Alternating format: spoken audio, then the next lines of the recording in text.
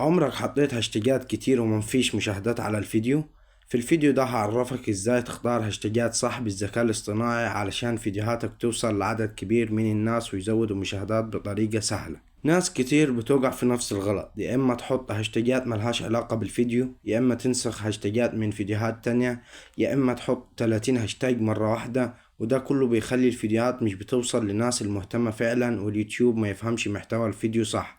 طبعا الحل بسيط جدا، الذكاء الاصطناعي هيطلع لنا هاشتاجات مناسبة للفيديو بتاعنا بالظبط. طب مثال، لو الفيديو بتاعنا بيتكلم عن طريقة عمل الكيك بالشوكولاتة، طبعا هيقترح لنا هاشتاجات زي مثلا كيكة بالشوكولاتة، مثلا وصفات سهلة، مثلا حلويات لذيذة كده، يعني زي ما انتوا عارفين. تعالوا نتابع الشرح مع بعضينا خطوة بخطوة.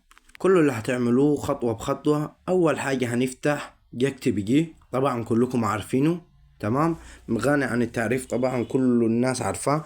وتاني حاجة هنكتب هنكتب فكرة الفيديو، تمام. هنيجي على البحث هنا مثلا نكتب له عايزين، تمام، هاشتاجات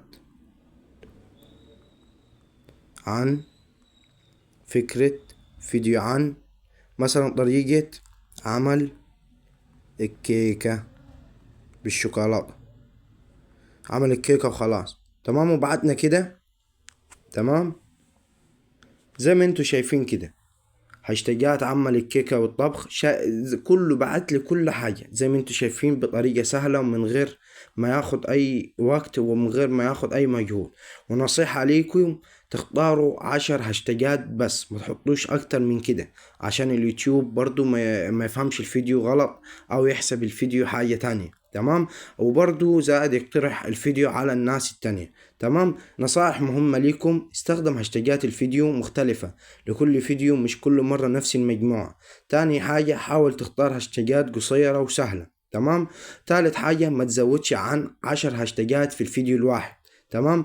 خلي الهيئة او الكلمات بالانجليزي لو محتوى الفيديو عالمي، تمام. اخطاء لازم تتجنبها، خلي بالك من الاخطاء دي. اول حاجة، هاشتاجات ملهاش علاقة بالفيديو، تمام. تاني حاجة، نسخة واحدة لكل فيديو، تمام، لازم تعمل نسخة واحدة لكل فيديو. 3، حشو هاشتاجات كتيرة زيادة عن اللزوم، ده يا جماعة بيخلي القناة ما الفيديو ما يقترحش على ناس كتيرة. زي ما انتوا شايفين كده، اقل حاجة تاخدوا 10 هاشتاجات بس. طبعا انتوا كلكم عارفين هتجيبوا الهاشتاجات وهتحطوها ازاي، دي سهلة طبعا.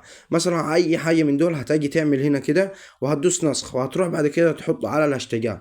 وخلي بالكم كاتب لكم من فوق هاشتاجات عاملة الكيك والطبخ، هاشتاجات زيادة التفاعل والمشاهدات، يعني هو كاتب لكم كل حاجة بمعنى الكلمة يعني. ولو طبقت الخطوات دي هتلاحظ فرق كبير في وصول فيديوهاتك للمشاهدين. واشترك في القناة وحط لي في الكومنتات تحب الفيديو الجاي يكون عن ايه، وانا هحضره لك فورا.